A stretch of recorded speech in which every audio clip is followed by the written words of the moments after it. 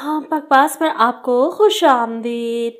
अदावत ड्रामे की अगली किस्त में आप देखेंगे कि मारिया असजद को अपने माजी के बारे में सब बताना चाहती है, और अब तो फहद के सामने आने के बाद मारिया और भी ज़्यादा डर चुकी है। फहद की हकीकत अगर असजद के सामने खुल गई तो मारिया किस तरह असजद का एतमाद हासिल कर सकेगी, इसीलिए बार बार कोशिश करती है इसे बताने की।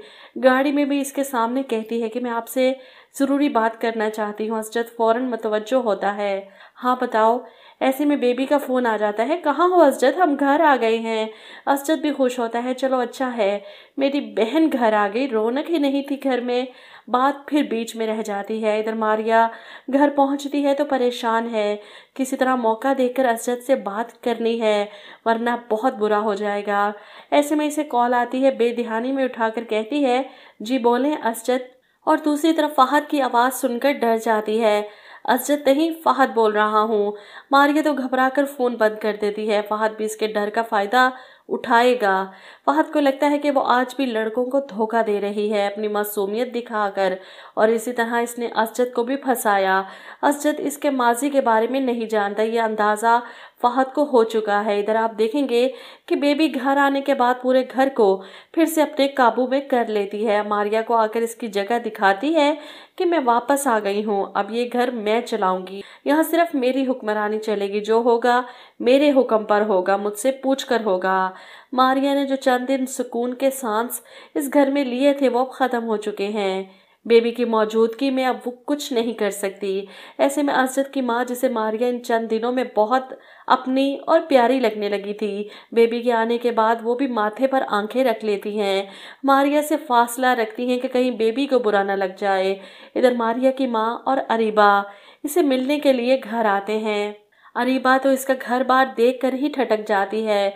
नौकर चाकर पूरा घर संभाले हुए हैं। मारिया के ठाट बाट देख कर वो जेलस हो जाती है। मैंने कितना चाहा कि इसके साथ बुरा हो, लेकिन इसकी किस्मत देखो, इसे हसद हो रहा है ये सब देखकर।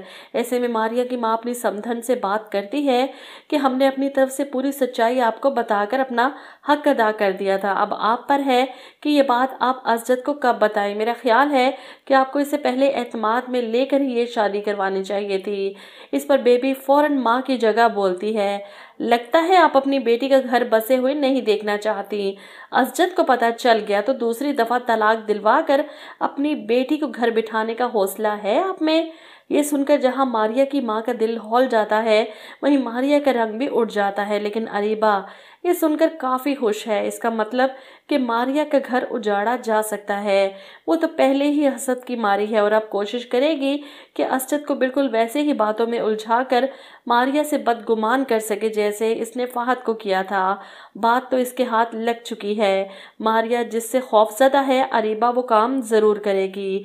इधर मारिया की माँ वापस जाते हुए इसे तसल्ली देती है कि तुम खुद मौका मिलते ही असजद को सब बता देना, कहीं और से पता चला तो ज़्यादा मसला हो जाएगा।